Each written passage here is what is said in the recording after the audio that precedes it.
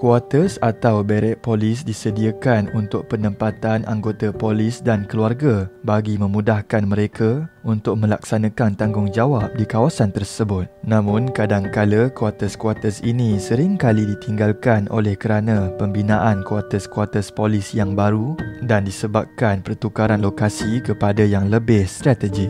Di sini, admin senaraikan 5 kisah seram kuarters polis di Malaysia yang paling menakutkan. You are watching Top 5 Malaysia.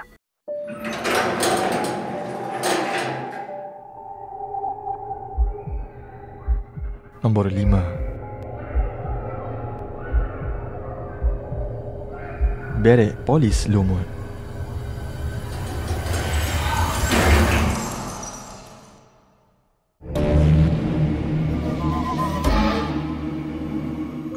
Barek polis atau lebih dikenali sebagai kuarters polis ini terletak di Lumut, Perak dan bangunan ini menyimpan banyak sejarah tersendiri dan ia dibina di hadapan Bukit Ungku Busu yang juga mempunyai sejarah lama berkaitan Lanon pada masa lalu. Menerusi temu bual ringkas bersama penduduk sekitar, mereka mengatakan bahawa bangunan ini telah wujud sekitar tahun 1930 hingga 1950, menjadikan ia sebagai bangunan terawal di Lumut. Menerusi YouTube channel Faizal Rozi Vlogs, dia turut mengambil peluang melakukan eksplorasi sekitar bangunan tinggal ini serta merakam beberapa detik mendebarkan. Sewaktu meneroka kawasan barek polis ini, dia dikejutkan dengan kemunculan laungan tangisan yang hadir dari arah salah satu blok di situ.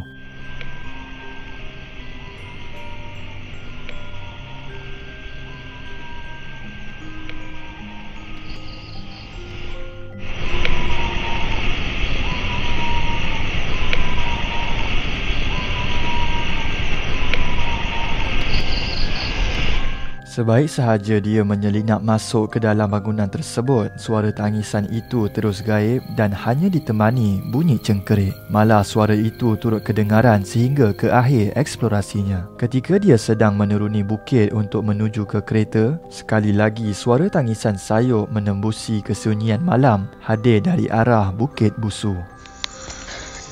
Lihat sekejap kat sini. Sampai habis memberikat, sampai habis bateri, terus segera. Alright. Jalan-jalan santai. Seterusnya, di dalam video eksplorasi YouTube channel Osasuke Hikaru turut terjadi kejadian yang sama di mana pada awal penerokaan, mereka telah disapa dengan jeritan wanita yang menakutkan tidak jauh daripada kedudukan mereka. Tetapi yang paling memuskilkan, sewaktu mereka sedang meninjau di kawasan barek polis ini, mereka sama sekali tidak dapat mendengar mana-mana bunyi aneh. Namun di dalam rakaman tersebut, suara itu dapat didengari dengan jelas. Untuk video kali ni tak ada aktiviti memasang jejak disebabkan untuk video kali ni tak ada aktiviti memasang jejak disebabkan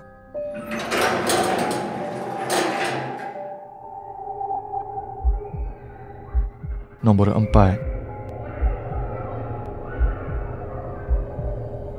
Kuarters Polis Kampung Tawas.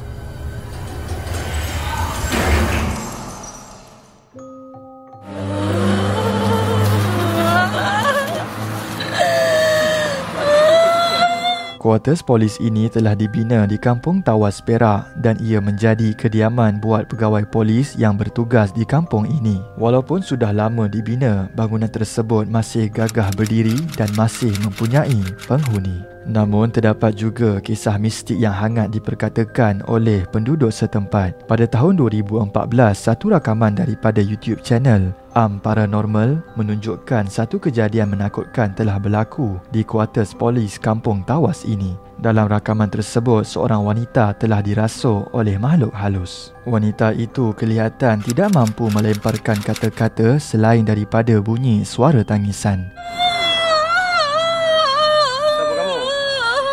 Kamu kuntilanak juga? Tidak lama selepas itu, tiba-tiba wanita tersebut berkata dengan jelas dengan ungkapan, "Jangan sentuh rumah aku," disertai dengan rintihan. Rumah kamu. Oh, ada orang macam untuk kau. Detik seram tidak berakhir di situ saja apabila seorang lagi wanita yang berada di kawasan kuartus tersebut turut mengalami kerasukan. Dapat dilihat seorang wanita sedang membuka langkah silat sebelum merebahkan diri ke tanah. Sini, aku.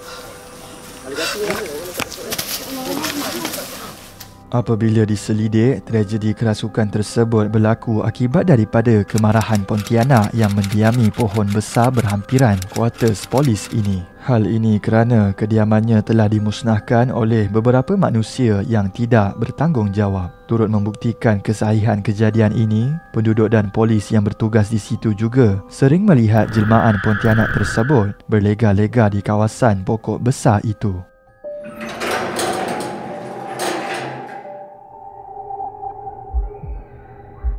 Nombor 3. Barek Polis Jitra.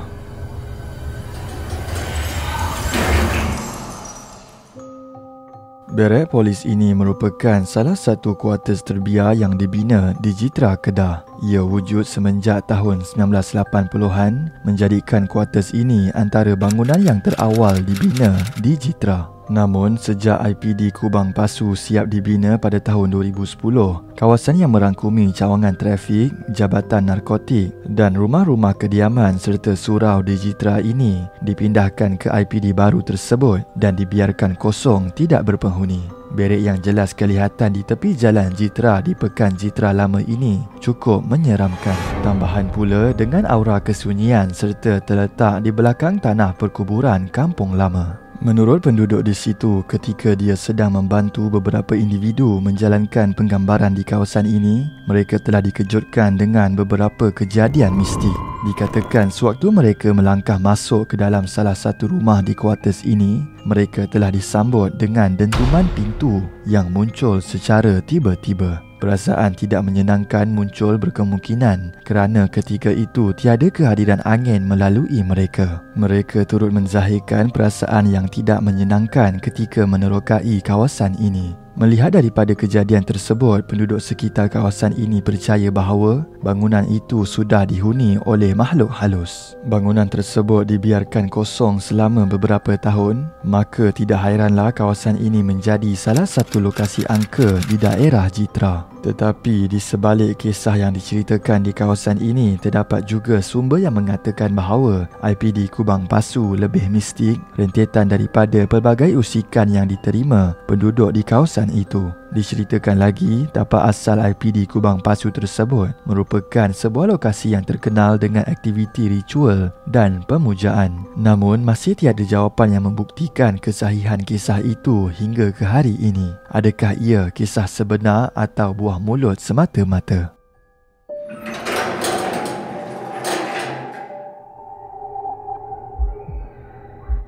Nombor 2.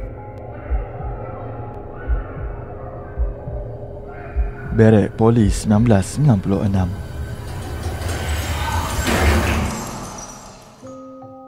Menurut penceritaan yang dikongsi oleh YouTube channel Fiction Shasha, satu kisah misteri telah terjadi di satu barek polis lama. Kejadian yang berlaku pada tahun 1996 ini telah mengaitkan seorang lelaki bujang yang tinggal di rumah abangnya yang terletak di salah satu kuartus di ibu kota. Pada hari pertama menetap di tempat baru di ibu kota, dia berasa janggal dengan keadaan struktur bangunan yang agak usang dan kotor. Apabila dia cuba untuk tidur, fikirannya sering terganggu dan dia hanya mampu tidur-tidur ayam sahaja. Sehingga jam 3 pagi, dia dikejutkan dengan bunyi orang memindahkan perabot di rumah tingkat 3. Bunyi itu mengganggu sehingga dia tidak mampu untuk tidur pada malam tersebut. Pagi tiba-tiba aku dikejutkan dengan bunyi macam orang tengah pindahkan perabot di rumah tingkat 3. Setelah seminggu dia menetap di situ, tiba-tiba pada satu hari dia merasakan belakang badannya pedih seperti terdapat luka. Apabila dia meminta abangnya untuk memeriksa, alangkah terkejut apabila abangnya melihat terdapat kesan cakar di belakang tubuhnya. Episod gangguan terjadi semasa dia pulang dari kampung keesokan harinya, di mana kejadian berlaku pada 2 pagi dan dia terjaga kerana terdengar ketukan pintu dan seseorang memanggil nama bersamanya dan kemudian dia memeriksa luar pintu namun tidak dapat melihat sebarang kewujudan manusia di kawasan tersebut. Kurang pukul 2 pagi, tiba-tiba aku terjaga sebab telinga aku terdengar seperti ada orang ketuk pintu dan memanggil nama aku. Aku buka pintu.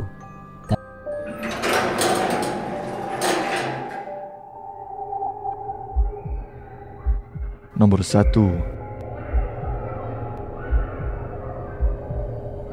Kuartus Polis Muar.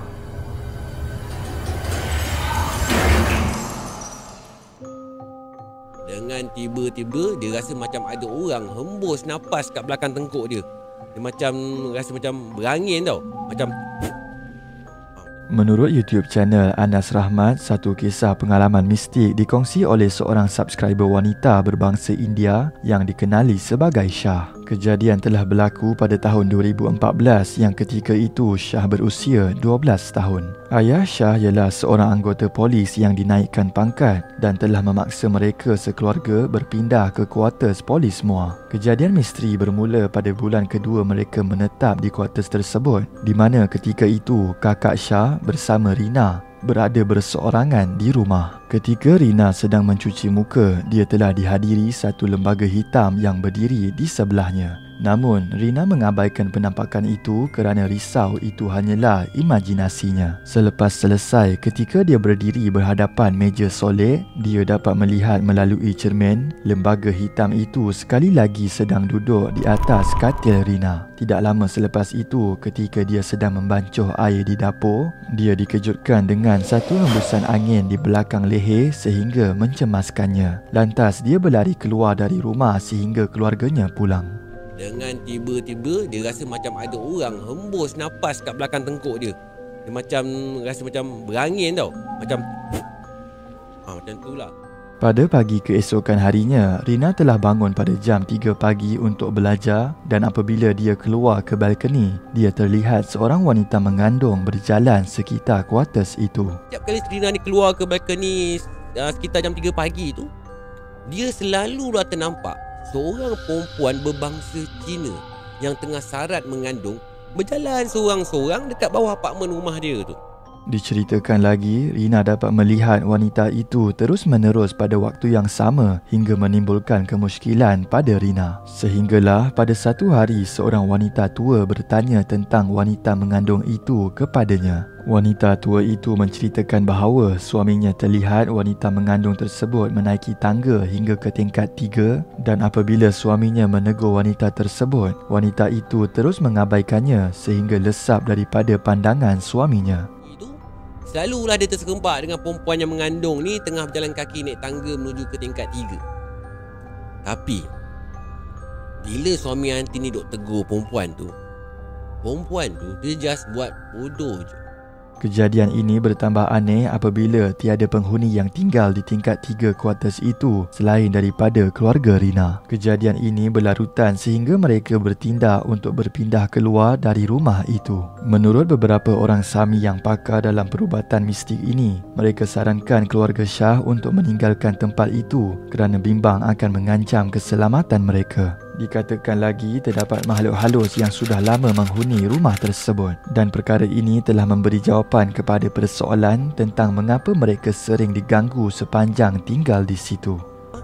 Salah seorang daripada ketua Sami tu, dia bagi tahu. Dia suruh ayah si Shah ni bawa semua ahli keluarga dia untuk berpindah daripada rumah tu secepat mungkin. Rumah tu memang dah tak selamat dah untuk diorang sekeluarga ni duduk.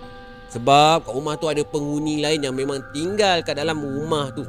Itu sahaja video pada hari ini. Antara kelima-lima kisah seram kuartus polis yang telah admin ceritakan ini, yang manakah paling menakutkan dan berikan sebab-sebabnya? Komen terbaik akan admin pilih sebagai pemenang giveaway duit.